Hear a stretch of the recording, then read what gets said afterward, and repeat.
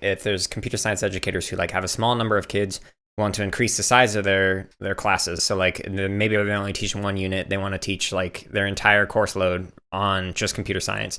So how do you recruit kids to even want to consider that as an elected class? Again, this idea of like, you can't be what you can't see, and like using like representation to be a part of that. So like getting the students you currently have to help go out and recruit for you. And then adding on to that, the power of like a personal invitation. And so like that's part of like the research too, is that having like a personal touch and a personal contact, and extrapolating that to this idea of like mentors. Like there's research in there that shows that like that is super impactful too.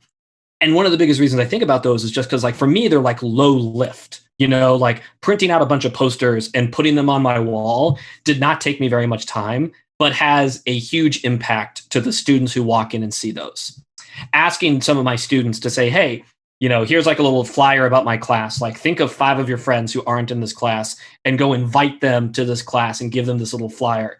That's very low lift for me and arguably low lift for those students. Yet it potentially has like this huge impact on the students that I want to recruit into the class. The other thing is like being intentional and like leveraging your fellow teacher connections. So I like would ask like some of the math teachers and things like that if I could go into their classrooms and recruit students and like make my pitch and things like that. And something I did that not a lot of the other elective teachers would do is I also went into like the resource classrooms. So we have like students who have IEPs, students who are part of like the special education program. They're sometimes in resource classes for whatever their specific learning disability is. And they still take electives and they're great. And I had noticed that like students who have IEPs in my class when I was teaching computer science would do amazing, perhaps in contrast to the experiences that other teachers had. And so that was like this really amazing resource that I could bring those students into my classes. And so I went and recruited in those classrooms, and a bunch of them signed up the next year.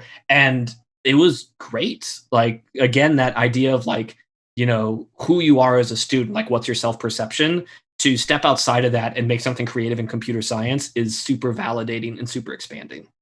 And the courses that you had several different options that people could kind of self-select into what they're doing. So when you were sending out the personal invitations and whatnot, did you list like, hey, if you're interested in this, here's a course related to that. Or if you're interested in this other thing, here's this other course, as opposed to here's one course offered 5 different times throughout the day?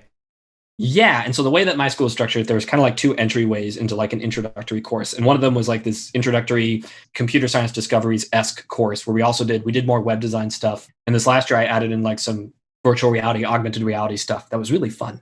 And we do 3D printing because that's really cool. So there's that class. And then there's also the AP Computer Science Principles class. And so, I'm really grateful that I had a class that wasn't labeled AP, because that's also something that's triggering both to students and unfortunately to counselors. So like when you see that AP label, that sometimes boxes in students, it just like says like, this is for this type of student and not for these other types, which is not true. And so trying to change that perception was an ongoing process. But in the meantime, I had this other non-AP introductory course that students could jump into.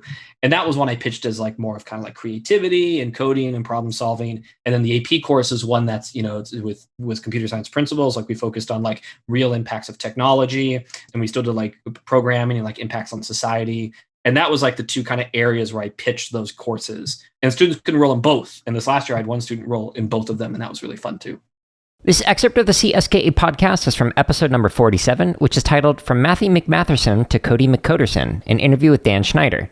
You can listen to this full episode, as well as hundreds more, by searching for the CSK8 podcast on your favorite podcast app, or by going to jaredoleary.com.